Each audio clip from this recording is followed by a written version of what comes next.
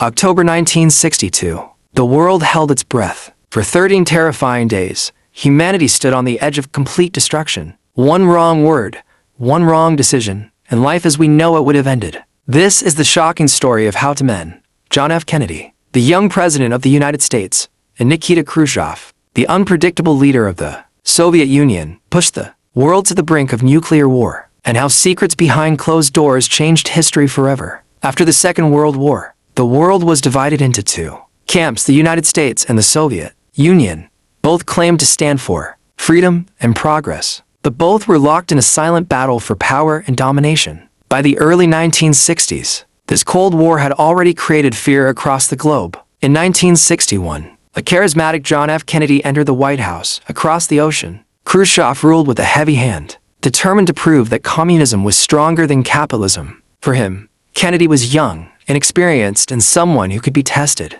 The battleground for this clash was not Washington or Moscow. It was a small island just 90 miles from Florida, Cuba. In 1959, Fidel Castro seized power in Cuba and turned the island into a communist ally for the United States. This was a nightmare.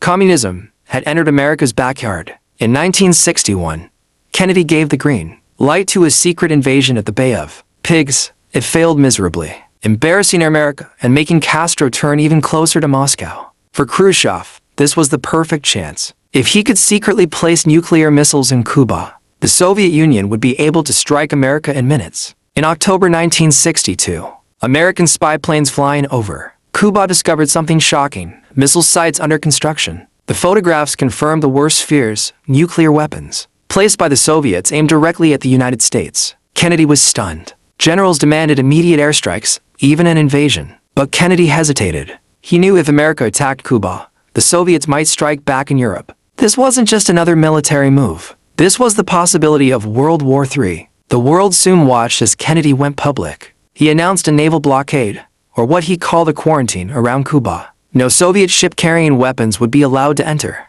The message was clear: turn back, or face the consequences. Millions of people across the globe tuned into their radios and televisions. Fear spread like wildfire. Would the Soviets dare to cross the line? Would missiles fly? Behind closed doors, letters began to arrive from Moscow. Khrushchev first sent a softer message, suggesting he was willing to negotiate. The next day, a harsher letter came, demanding that America remove its own nuclear missiles from Turkey. Kennedy and his advisors argued late into the night. Which letter should they answer? If they ignored the second, would Khrushchev see it as weakness? If they accepted, would America lose face before the world? All this time, U.S. forces were on the highest alert. Nuclear bombers were ready, submarines armed, soldiers waiting. The world was one step away from Armageddon. What people didn't know at the time was that the danger wasn't only in the negotiations.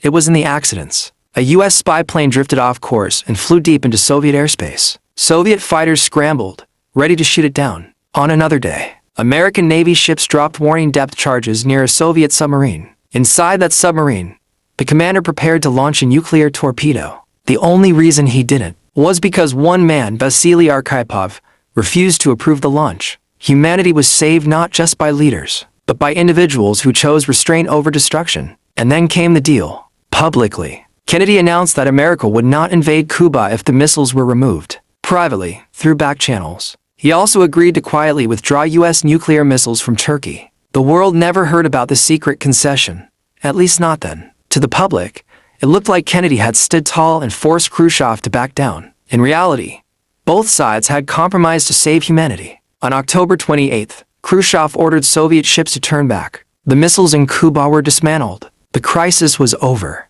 but the scars remained. Kennedy emerged as a hero at home, his calm leadership admired across the world. But Khrushchev paid a price. His gamble was seen as reckless, and just 2 years later, he was removed from power. What makes this story even more shocking is how close we truly came to disaster. Historians later revealed that Soviet commanders in Cuba already had tactical nuclear weapons on the ground, and could have used them if the U.S. had invaded. A single spark would have led to nuclear fire across continents. Billions of lives, gone in minutes. The Cuban Missile Crisis changed the Cold War forever. A hotline was set up between Washington and Moscow, so leaders could speak directly in times of crisis. Kennedy, shaken by how close the world had come to destruction, began calling for peace and arms control. The lesson was clear: when leaders play with nuclear fire, humanity itself becomes the fuel. So, who really won the Cuban Missile Crisis? Some say Kennedy, with his careful balance of strength and restraint. Others argue Khrushchev, who secured the secret removal of American missiles from Turkey. But perhaps the truth is darker. There was no winner. Because for 13 days in October 1962, the world was minutes away from total destruction. And that is the shocking truth governments never wanted you to know. If you found this story eye-opening, hit the like button, subscribe for more shocking history, and tell us in the comments, do you think the world could face another nuclear standoff in our lifetime?